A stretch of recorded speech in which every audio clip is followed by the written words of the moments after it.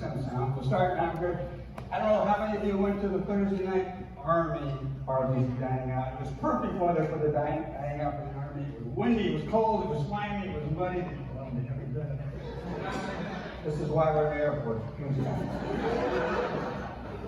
Caden, thank you so much for inviting me, Caden Ditcher, to come here tonight and speak. And I love all this. It's all confused because this is the way it is in the military. Things change all the time.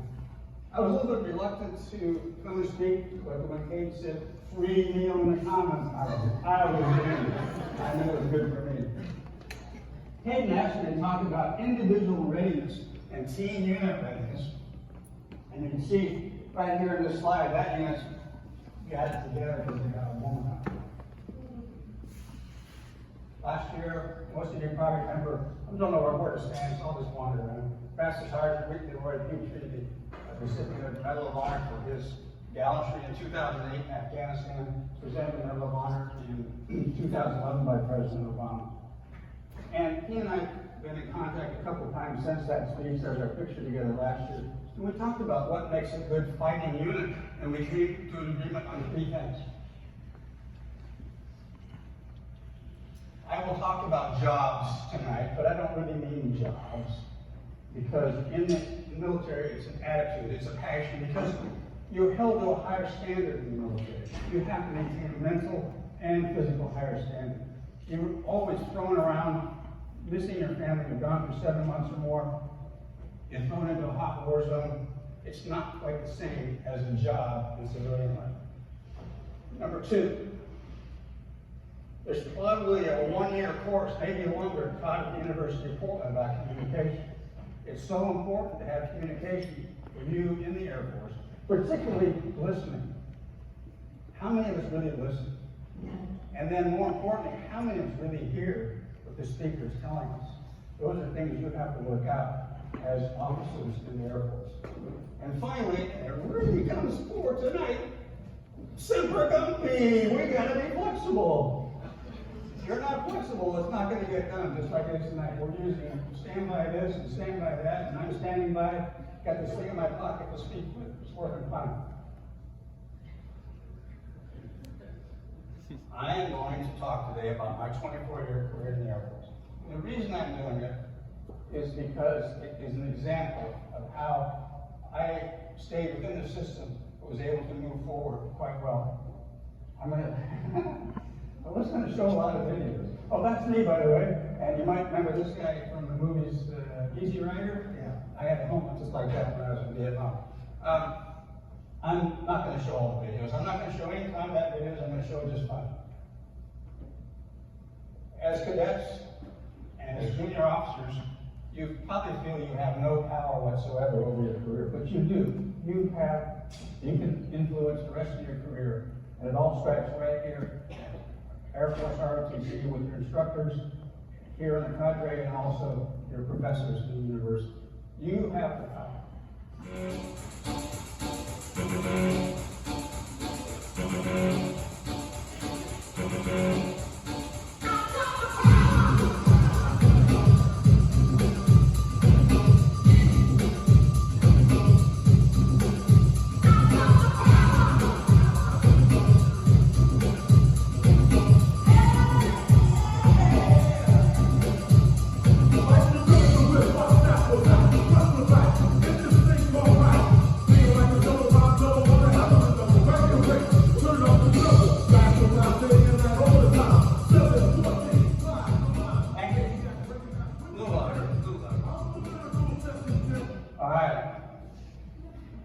Nobody's going to remember what I said tonight. That's 99% of you, at least. I'm going to share with you the one thing I remember from 1967 when I was out here listening to a speech. I remember one thing, and every one of you is going to have to remember this one thing the entire time you're in the Air Force. It's not a secret, but it's buried in a regulation that you're going to never get to see. But I remember, let's see if the cadre remembers. Ruffles up, catch those crumbs. That's what you got to remember from now on. Those ruffles go up on your cummerbund when you put them on. I remember because these aren't cookie crumbs of mine. It's just my belly. But there's a lot of cookie crumbs I've gotten there in the past. 1963. What's my car? That's my car, what is it? Yeah, it's not a Mitchell, it's not a Thunderbird, it's a 59 Chevy Impala convertible. That was my car in college. Look, we had a Air Force ROTC marching band back then. There were 3 dorms, Christie Hall, Kenna Hall, which was called Holy Cross Hall, and Villa Maria, that was it.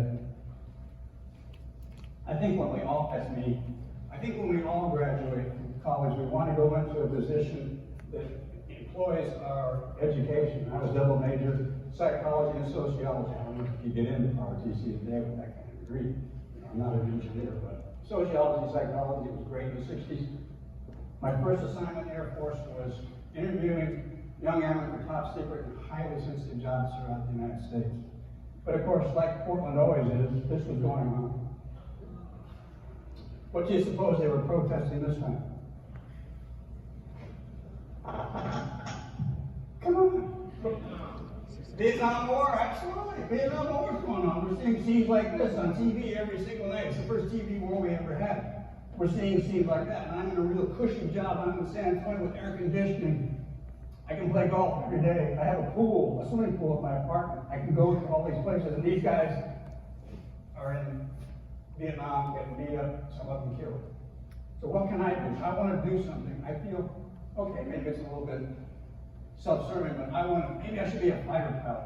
Maybe I should go be a fighter pilot and save these guys. Maybe I will get lucky, go to pilot training, and be like this guy, a lucky fighter pilot.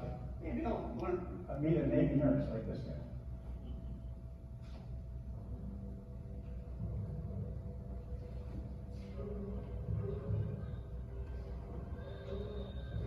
Corsair on fire.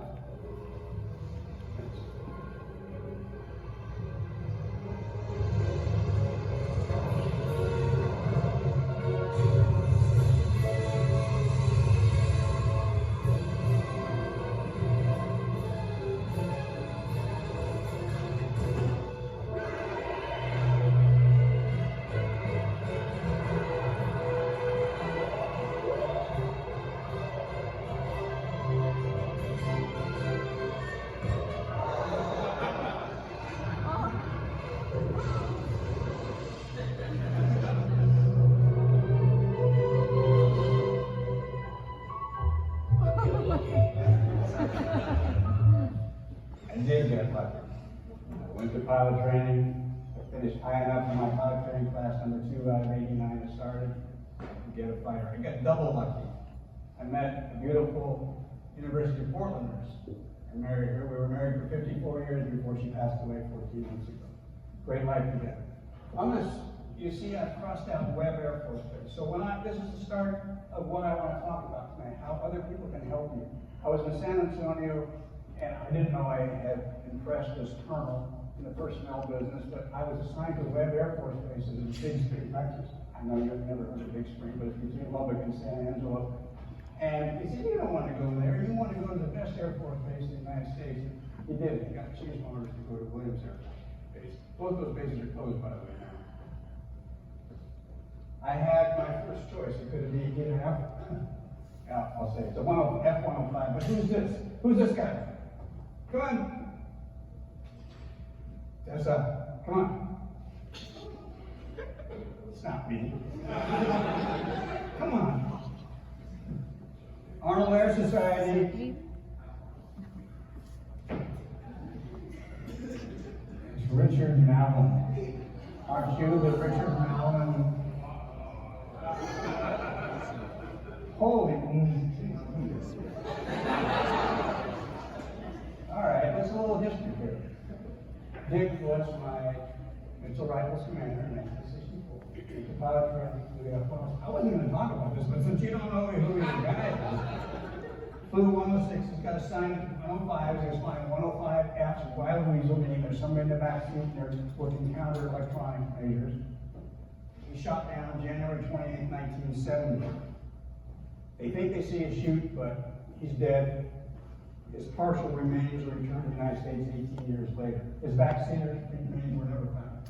Worse than that, the helicopter with 6 on board came in to rescue them. They were also shot down. Their remains have never been found.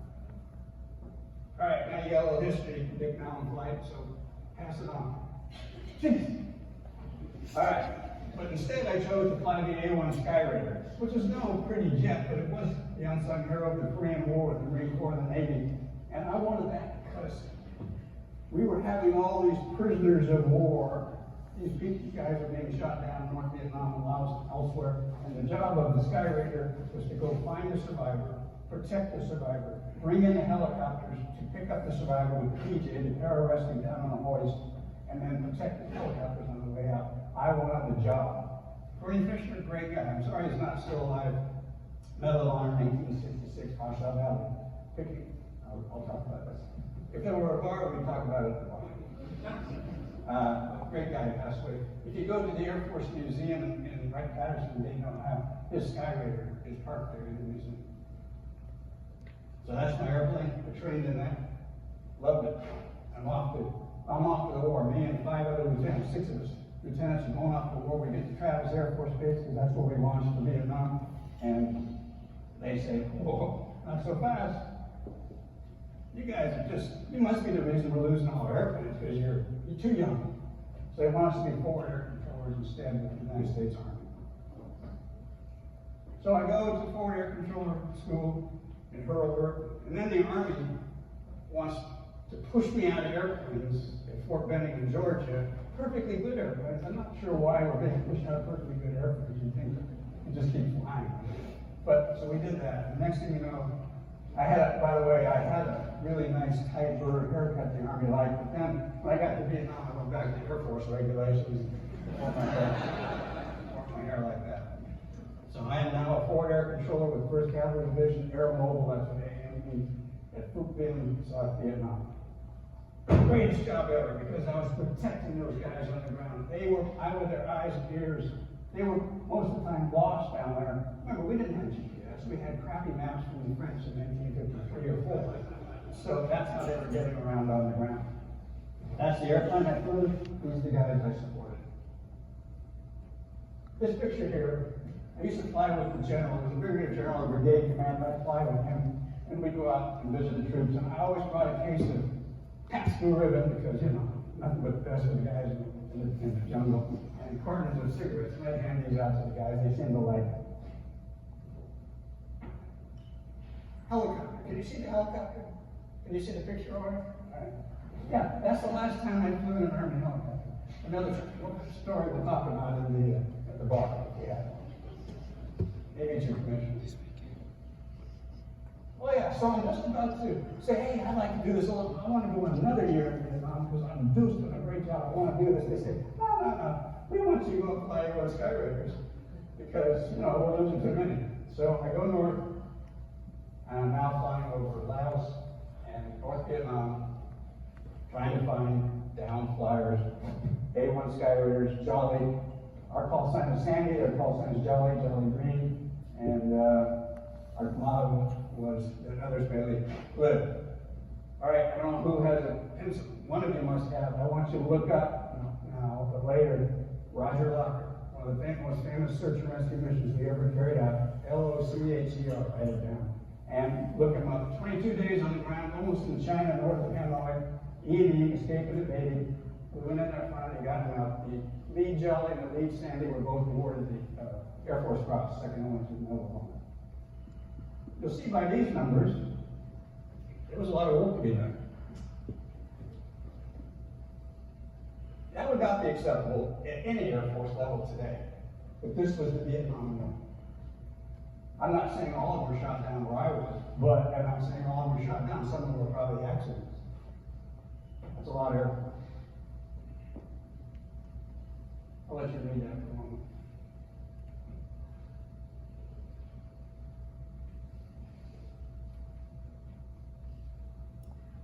It's not John Wayne for you older folks. It's not Tom Cruise, and although Maverick Top Gun was a great movie, I agree. But it's not a movie. It's real. It's sobering. I was in the jungle probably a total of 22 or 23 days with Rangers on long-range reconnaissance patrol missions, and it's nasty, it's brutal, it's smelly out there. Embrace the chaos, just like we're doing tonight. So, General, I know you went through Shepherd Air Force Base, right? Yeah. So I'm a double combat veteran. I've got, they have to send me home. I'm going to teach more guys how to be combat guys. This is going to be great. And instead, they give me a T-37 to Tornado Battle. Well, I'd rather do something else. So I'm at Cameron Bay in South Vietnam. I just was in there to pick up my orders, and in flies a Stabilizer, T-39 Stabilizer with a star on the side. He was Brigadier General was on board. I said, oh, that's cool. Wonder who that is. And out walks from the airplane in wonderful, we call them fatigues in these days, I think the VDUs or something. Anyway, all camouflage, and a big, big red hair on top of that, and it was Jeannie Home. And I know Jeannie Home, General Home, because as a bachelor, over 6 feet tall in San Antonio, I was in the party scene, and I was always part of one of her co-hosts at parties, if you will. And so we knew each other quite well. And she was a 2-star eventually, and she said, what's going on? I said, and she gave me a hug. That was kind of embarrassing on the ramp, and I said, hi. And I said, I'm going to Shepherd Air Force Base flying tweets. She said, really, that's great. And I said, not so much. And she said, so 10 days later, I had new orders to go to Williams Air Force Base, where I trained. I'm going to be a T-38 instructor. Jeannie Home. Somebody in here went to Lewis and Clark College. Somebody does. Maybe they've gone home. Maybe they've gone to study. But anyway, Jeannie Home went to Lewis and Clark. You went to Lewis and Clark. She went to Lewis and Clark. Okay, there you go. I knew it was somebody in there. She went to Lewis and Clark. She's from Portland. And in 1975, when she finally retired from the Air Force as a 2-star, she called me and said, Doug, would you come down and pick me up at Randolph? I want to fly around for 5 days, say goodbye, had all the training command bases. So that's what we did for 5 days. One big party with her in the back seat. And remember, this is 1975. The first woman in Air Force pilot training was not until 1976. So I asked her to make a number of radio calls. And everybody was, what? Who is this? What's going on? A woman on a team. Either that or a really high-pitched guy. Okay. Here's a slide for you to look at. Yeah. All of us need somebody to help us through our career. You have the power to influence others and use the advantage of who you know. And it starts right here at the University of Portland with the cadre, with the instructors at the University of Portland. I've reached the pinnacle of what I can in T-38s. I'm the evaluator of all the instructors. I'm chief of standardization evaluation. I said, well, I need to get back to combat, right? A combat airplane. Denied. I wrote everything. I wrote, filled out my, it's still called a dream sheet. Yeah, dream sheet, you get the job I wanted, the position I wanted. They said no. So here's a secret. When you're up against the wall, when it comes to assignments, go in person, stand on their desk if you need to, and say, hey, I want to do something besides what you're telling me. I don't want to fly a desk. And it was shortly thereafter that I was assigned to the Royal Air Force, the United States Air Force Exchange Program. And Gwen and I are now in the RAF in England, and we stayed 8 years, not all in the RAF, but we stayed a long time. Loved it. I mean, it was so much fun. There was so much drinking. There was so many worn out mess dresses and tuxedos, and there was so much going on. What a party. Just continuous. I was flying the Hawk. The Hawk was a brand new airplane at the time. We were going to the factory and picking them up. Nobody had flown the Hawk before. And I was one of the first 3 instructors in the Hawk. We were instructing the instructors how to fly the Hawk, so we had to learn ourselves pretty quickly. Oh, so now I get assigned to Air Force. I come out of the Royal Air Force and they say, hey, you're going to Air Force, the Moody Air Force Base, you know, down there where the snakes are. And my wife said, we're not going there, they're going to eat the cat. And I thought, yeah, you're probably right. So I finally get Air Force. So this is the time when the F-16 is coming online, the F-15 is coming online, the A-10 is going to be, the first operational squadron is going to be right there in England where I'm living. I wanted to fly the A-10. So I wrote to Butch Basilio, who at the time was a 2-star, and he was the chief of, is it still called the Military Personnel Center? I don't know, but he was in charge of all his centers. I wrote to him, and he wrote me back and forth. He said, the only way I can get you an A-10 in England is if you can stay in the Royal Air Force for 8 more months to extend so I can get you into a training slot to fly A-10s in England. So I went to my boss, I went to his boss, I went to his boss, Air Vice Marshal John Vernon, Air Vice Marshal Sir John Vernon, Air Vice Marshal 2-star. Went to him and he said, God, I would love you to stay because we are converting the Red Arrows, our aerobatic team, to the Hawk starting now.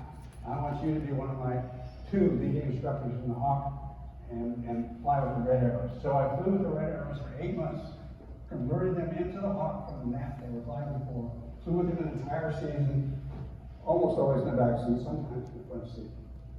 Look at this run out of power. Okay, and fly in the Hawk for 8 months. This video you'll see, every time you see a pilot airborne and in the cockpit, that's one of the instructors in the back.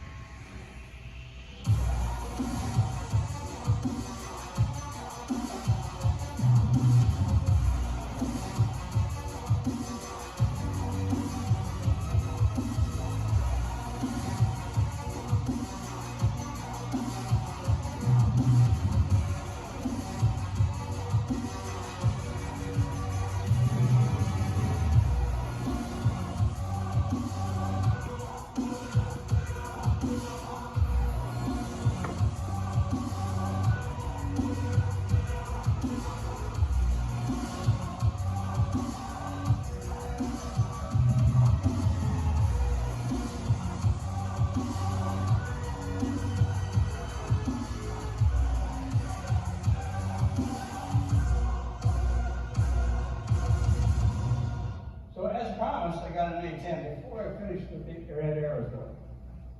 You know, I was just pretty much an average pilot, at least in my own mind, and you say, boy, I could never do that. I thought I could never do that either, but good. It wasn't that difficult. Just flying formation, remembering your next move, staying out of harm's way. All right, I got the A10, and for those who are not knowing about the A10, it's a gun with an aircraft built with it. That's all it is. It's a big gun, a 30mm gun. And this is a 30mm bullet that happens to be a training round, which not is in there. And this is something I thought that students would recognize when it comes to the size of the bullet. You can see I have one. That's me, by the way. Yes, I was like younger in the summer. And I got my hand on the Gal 8. I was now assigned to be an A-10 pilot. I was a deputy squadron commander of the Bushmaster, 78 Pack Fighter Squadron in Royal Air Force Denmark. I'm just going to show you a little bit about the A-10.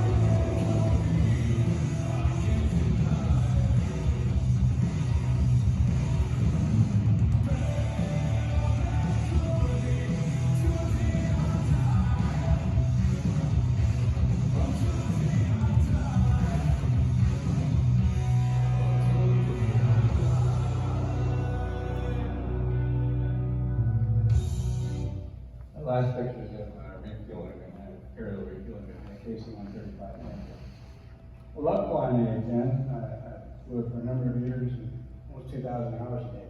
So wonderful weapon system.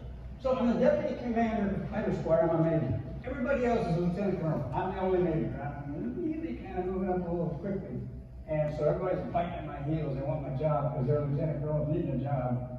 So I was advised that we got a job for you in the Pentagon where your career will really take off. And I said, I don't really want to take off unless it's in America. And so thankfully, my squadron commander, Glenn Prophet, a good friend, Glenn there, that's a picture when he was a 2-star, arranged for me, I didn't know about this, he arranged for me to go to Cape Cod, fly with the Massachusetts Air National Guard for 2 weeks, and then go out to the desert and land on the desert floor, dry lake bed, fly like we were flying in desert warfare. We, the United States Air Force, had not flown in desert warfare since World War II. This was all new. We trained to do it on our own, decided this is what we're going to do. Before I go to the next slide, I just want to talk about Glenn. Great guy, a friend. Glenn was killed, died as a 2-star. He was in the back seat of an executive jet being flown to Randolph Air Force Base, and the pilots in front mismanaged the fuel and crashed. I'm still sad about that. It was a long time ago. Anyway, flew the Massachusetts Air National Guard. I get back, and again, Glenn's got this all planned. The boss, 3rd Air Force boss, Buzz Baxter, wants to see me, wants to talk to me. I said, well, you know, I'm going to the Pentagon like next week. He said, no, why don't you go see Buzz? So I did, and Buzz said, I want you to keep flying. I want you to be my chief of offensive air operations here at Headquarters 3rd Air. I said, really? You know, I'm going to the Pentagon. No, you're not. You're standing here with me, we're going to fly over. So now, not only women can do it all, I was a husband, a father, a fighter pilot, a staff officer, and I was a student. I was going to school nights and weekends. It can be done. You can do it. And what am I saying about all these things up to this point? Every one of these assignments has been influenced by somebody in my life. They came, somebody helped me. These are not things I asked for. And you can be the same one. Oh yeah, and there's a letter there. Buzz retired, and I'm on my own, and they say, hey, you're going to go fly toots. Remember those T-37s you skipped out and going there too? Big Spring or wherever it was. Oh no, Shepherd, sorry. And I said, yeah. And he said, well, now you're going to go to Lubbock. So this is Tony McPeak, who eventually he's a 2-star there. He was a 4-star chief of staff of the Air Force. His executive officer was my best friend, still is. We flew Skyrays together. And I called John and said, John, I don't really want to be a tweet instructor in Lubbock, Texas. He said, what do you want to do? I said, I'd just like to be flying A-10. So next thing you know, I'm the squadron commander of Myrtle Beach Air Force Base in South Carolina, where we had 100 golf courses. I lived on a golf course, but didn't everybody in Myrtle Beach, South Carolina? Of course, the base is closed now because it was really too nice. Carolina's Ladies Air Force. All right, next assignment. I'm on my own, War College. Yeah, I just had to go. I kind of lie on this. I didn't really improve my golf game. I played a lot of golf. I didn't really improve it. All right, now, what's next? Pentagon. You're going to be part of the IG team, Inspector General. But again, I'm saying, now pay attention to this next slide. It's kind of complicated. Try to make it easy on you. My weight commander when I was in Myrtle Beach is now Brigadier General, and he's the IG. And he said, Doug, I want you not to go to the Pentagon, but I want you to go to Albuquerque, New Mexico, and wear 2 hats. You're going to be my Inspector General, and you're going to fly with all the NATO fighter units. Throw me in that part, right? All the NATO fighter units flying U.S.-made weapons. So I was in Europe all the time, flying with various air forces. And I was working for Joe Ralston as Air Combat Command liaison to the Air Force Operational Test and Evaluation Center. We're just developing the F-15E and striking the 2-seater, the one that's air-to-ground and air-to-air. I was working with a lot of engineers. I was already telling Colonel Granger a couple weeks ago that the engineers sure like to do a lot of stuff with the over the airplane. I went to a meeting and I had a 4-point thing. I just wanted them to work on. Work these. I gave them the consideration. I went to play 18 holes of golf and came back and I was still on hole 1. So I knew I needed to get working and get my rubber on the ramp and fly. And what did that was Saddam Hussein invading Kuwait in August of 1990. And next thing you know, I'm testing an airplane in Iraq or Oman or places like that, Saturday night out in the desert. We're doing all kinds of testing, having a great time, and Desert Storm takes off. There was no name for it when I was part of this Desert Shield, Desert Storm. But I flew with the guys, there were no women yet, out of Seymour Johnson in North Carolina. Again, I'm not going to show you war footage. I'm going to just show you 2 F-15 crews flying through Wales, a place I used to fly all the time in the area. And this is called turning and burning. They're pulling G's and all the afterburners, turning and burning.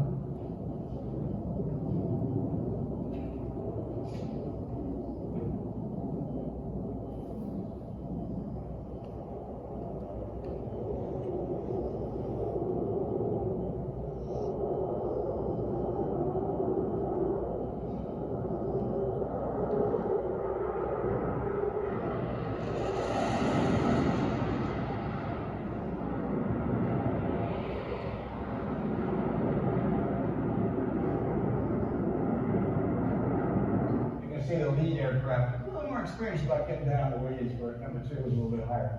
Desert Storm, I won't go into a lot except to say, first time we used hook more accuracy at night because we had GPS. GPS is normal to you. GPS was brand new to us back then. The civilians didn't have GPS yet until President Reagan okayed the civilians to have GPS.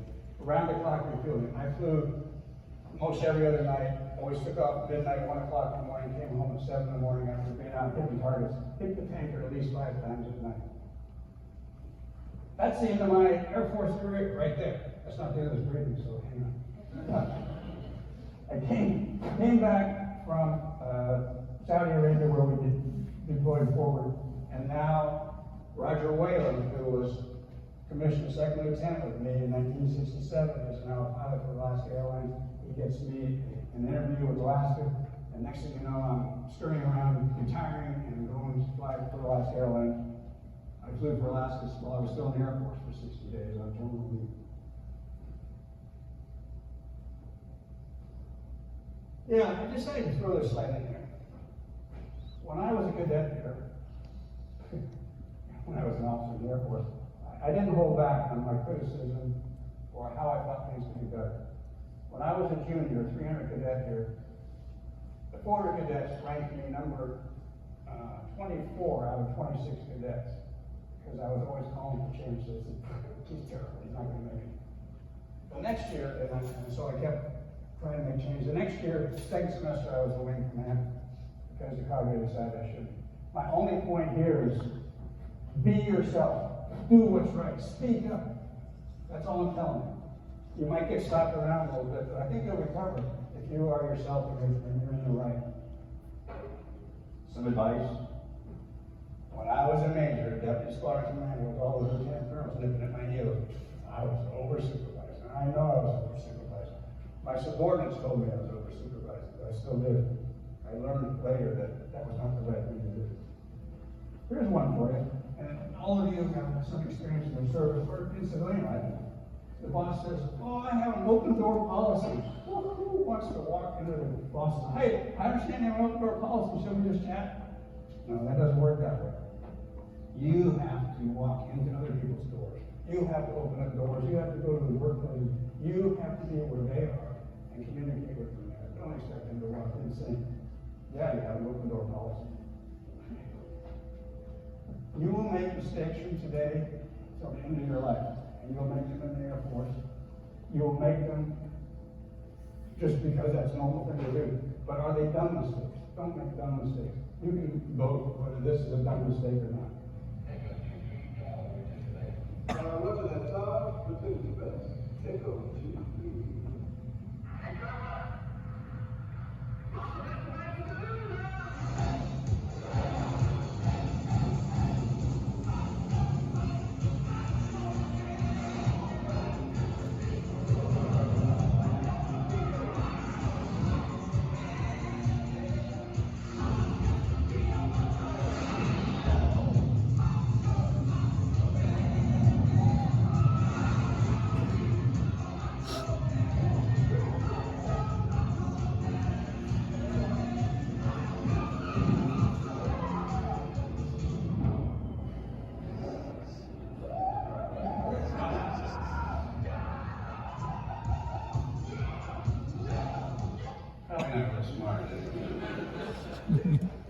My favorite slide. Honestly, guys, this is my favorite slide.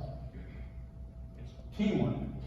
No job, all jobs are equal. All jobs are equal. My favorite slide by far. Team, unit, teamwork, pride, professionalism. Without a doubt.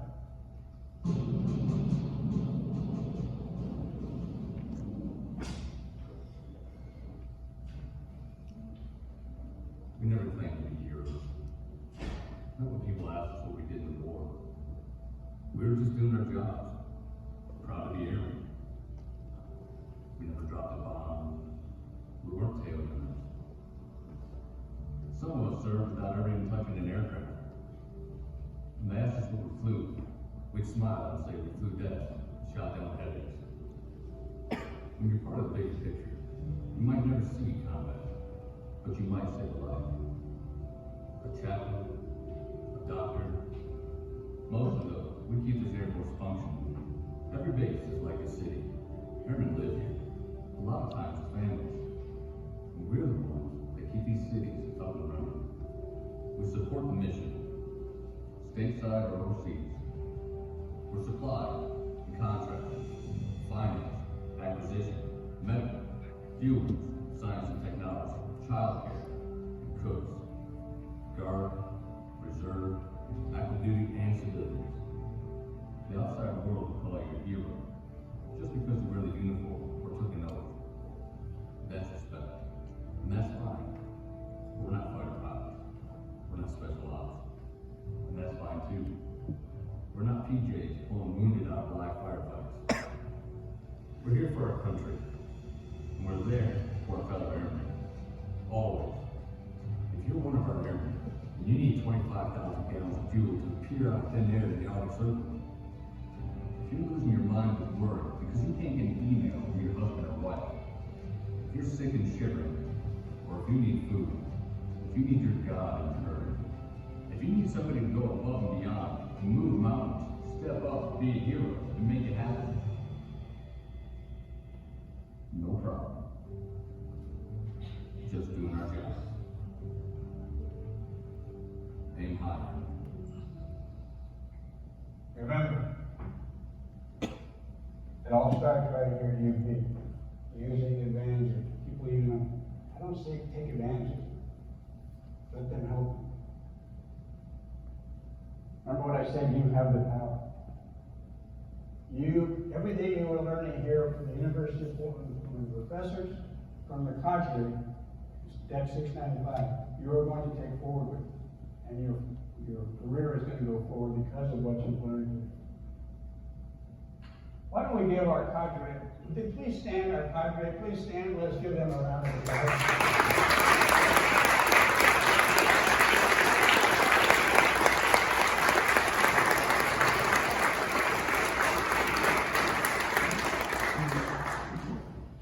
One more slide. One more, that's it.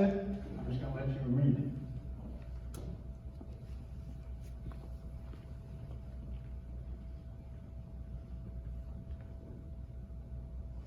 Those seeds have been in me since 1962. If I could figure out how to drop the mic, I'd really drop my mic down. That's it. So thank you for listening.